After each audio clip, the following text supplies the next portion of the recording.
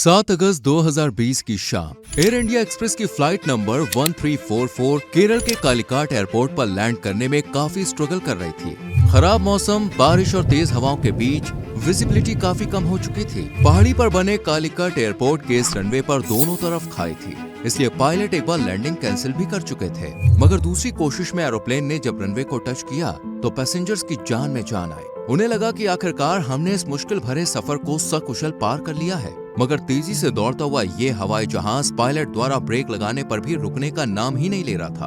और फिर अचानक से वो हुआ जिसने पूरे भारत को हिला कर रख दिया। तो क्या हुआ था उस शाम फ्लाइट नंबर 1344 के साथ? चलिए जानते हैं इस डिटेल्ड केस स्टडी में। साल 2020 जब कोविड महामारी के दौरान लाखों भारतीय विदेशों में फंसे हुए थे, तभी भारत सरकार ने वंदे भारत नाम से रेस्क्यू मिशन की शुरुआत की थी, जिसमें फॉरेन कंट्रीज में फंसे इंडियन सिटीजन्स को इंडिया लाया जा रहा था।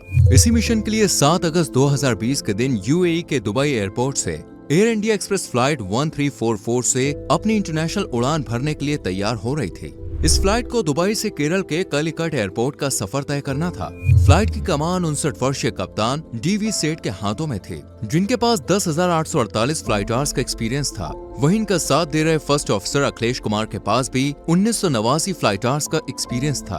ये बोइंग 737-800 प्लेन था, जिसमें दोपहर के 2 बजे तक 184 पैसेंजर्स, 4 क्रू मेंबर्स और 2 कैप्टन सवार हो चुके थे। क्रू और कैप्टन ने सभी पैसेंजर्स को वेलकम किया और दोपहर के 2:15 पर फ्लाइट 1344 ने दुबई एयरपोर्ट से सक्सेसफुली टेक ऑफ कर लिया और अपनी मंजिल की ओर बढ़ने लगी। अपने निर्धारित जर्नी टाइम के अनुसार इसे शाम के 7:40 पर कालीकट एयरपोर्ट पर लैंडिंग करनी थी। कुछ घंटे उड़ान भरने के बाद ये कालीकट इंटरनेशनल एयरपोर्ट के करीब पहुंच गया। केरला का कालीकट एयरपोर्ट ऊंची पहाड़ी पर बना एक टेबल टॉप एयरपोर्ट है, जहां सिर्फ एक ही रनवे मौजूद है। 9,383 फीट लंबे इस रनवे के दोनों तरफ एक गहरी खाई है। वहीं रनवे के दोनों सिरों पर सेफ्टी एरिया भी काफी कम है। इसी वजह से पायलट्स को यहां से टेक ऑफ और लैंडिंग करते वक्त काफी सावधानी बरतनी पड़ती है, क्योंकि एक छोटी सी गलती एरोप्लेन को खाई में गिरा सकती है। इसलिए इसे कैटेगरी सी में डाला गया है, यानी यहाँ सिर्फ कैप्टन ही फ्लाइट को लैंड करवा सकते हैं। खैर, शाम के 6:40 पर एयर इंडिया एक्सप्रेस फ्लाइट 1344 अपनी लैंडिंग प्रोसेस शुरू करती है, जिसमें धीरे धीरे करके फ्लाइट के एल्टीट्यूड को कम किया जाता है। उस दिन केरला का मौसम काफी खराब था। आसमान में घने काले बादल छाए हुए थे, बिजली गरज रही थी और बारिश के साथ तेज हवाएं भी चल रही थी, जिस वजह से पायलट ज्यादा दूर तक नहीं देख पा रहे थे और बार बार एटीसी से कम्युनिकेशन करते हुए मौसम का हाल पूछ रहे थे। कालीकट एयरपोर्ट के अनुसार इस रनवे के एक छोर को रनवे 28 और दूसरे को रनवे 10 के नाम से जाना जाता है और एटीसी से जिस भी रनवे नंबर पर लैंड करने की परमिशन मिलती है, फ्लाइट उसी तरफ रनवे पर लैंड करती है। अब एटीसी ने फ्लाइट को रनवे 10 पर लैंड करने की परमिशन दी, लेकिन यहाँ कुछ प्रॉब्लम्स थी।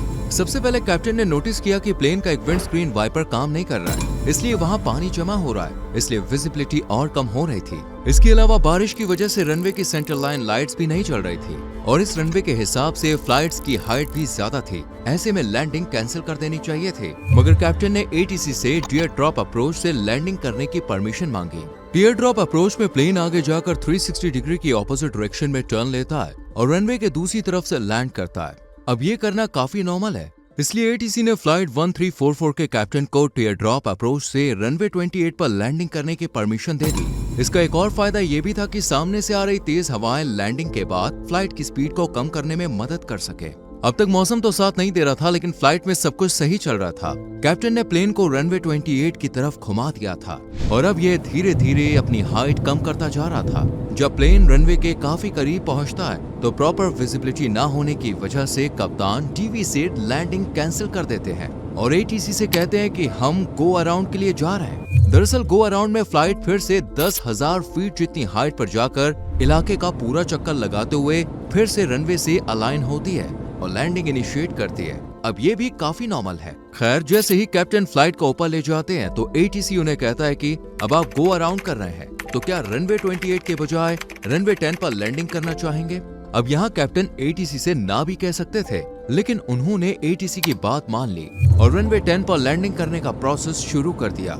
यहाँ पर एक गौर करने वाली बात यह है कि रनवे 28 पर सामने से आने वाली हवा जो प्लेन की स्पीड को कम कर रही थी, वही हवा रनवे 10 की तरफ से प्लेन के पीछे से आकर उसकी स्पीड को बढ़ाने वाली थी।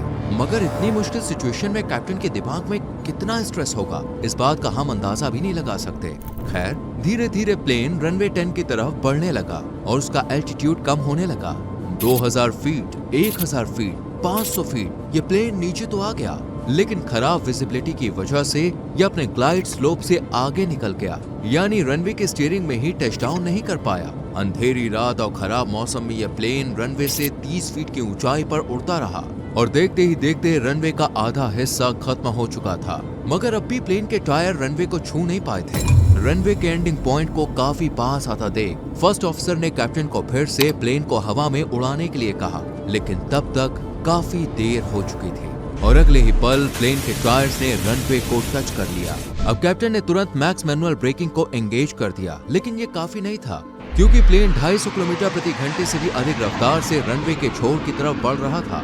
अब यहाँ सवाल आता है कि प्लेन ने फिर से टेक ऑफ क्यों नहीं किया?